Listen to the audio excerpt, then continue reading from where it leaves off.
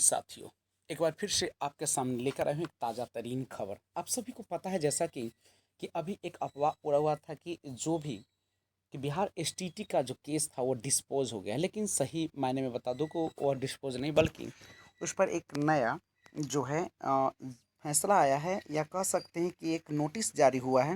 मैं पहले भी कह रहा था कि डिस्पोज का मतलब डिसमिस नहीं होता, उसका मतलब है कुछ फैसले सुरक्षित रखना, और कह सकते हैं कि वह कुछ नोटिस जारी करेगी, और वही हुआ है।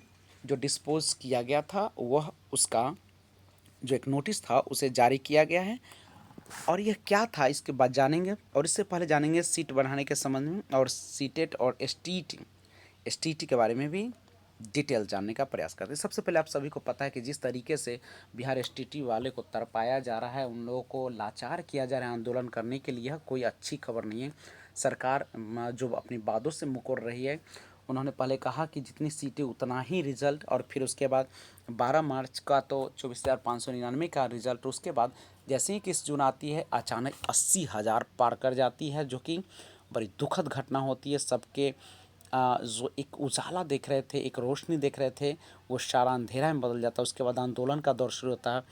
उसके पहले एक merit not in merit list का जो है सब चक्र चलता है, जिसमें आपस में सभी लड़ते झगड़ते बातें करते दिखते हैं। उसके बाद नॉट इन मेरिट लिस्ट वाले का आंदोलन, फिर मेरिट लिस्ट वाले का आंदोलन, और उसके बीच सरकार का बयान आता है कि अब आप सभी को नौकरी दी जाएगी, यानी जो भी क्वालिफाई है सबको मेरिट और नॉट इन मेरिट का जो है से कॉलम हटा दिया जाएगा। लेकिन फिर जब मेरिट वाले का आंदोलन होता है तो फिर अब पलट जाता है और कहा जाता है कि अब मेरिट हो नॉन मेरिट हो, सबको जिस प्रकार से रिजल्ट दिया गया है उसी प्रकार से आप लोगों का, चाहे क्वालिफाई हो चाहे डिस्क्वालीफाई हो, सभी को रिजल्ट कार्ड बांटे जाएंगे। तो इन तमाम चीज़ों के बीच यह जो लंबे समय से यह जा रहा है, और जो एक ज्वाइनिंग प्रक्रिया था वो बढ़ती चली जा रही। छठे चरण का जो मामला था उसमें बीच में एक अरंगा बन गया 2011, जो कि जिनको छठे चरण के लिए फिर से आवेदन करने का जो बच गए थे, जो कि 26/9/2019 तक बीएड या जो भी अर्हता थी उसको पूरा कर चुके हैं, और जो बीएड कर चुके हैं और जो एसटीटी क्वालिफाई है उन लोगों को एक और मौका दिया गया। और उसमें जो साइंस वाले खासकर मैथ वाले हैं उनके लिए तो रिक्तियाँ बहुत ज़्यादा है, क्योंकि कैंडिडेट मिल नहीं रहे। हालात ऐसे हैं कि बहुत सारे नियोजन इकाई हैं जहाँ पे आवेदन भी नहीं पड़े। तो इन तमाम चीज़ों के बीच हाँ जो छूट गए, लेकिन बहुत कम ही लोग होंगे जो छूटे होंगे, और जो छूटे हैं उनको एक मौका दिया गया 18 अगस्त से लेके और 17 सितंबर तक, जो कि एक अच्छी खबर हो सकती है।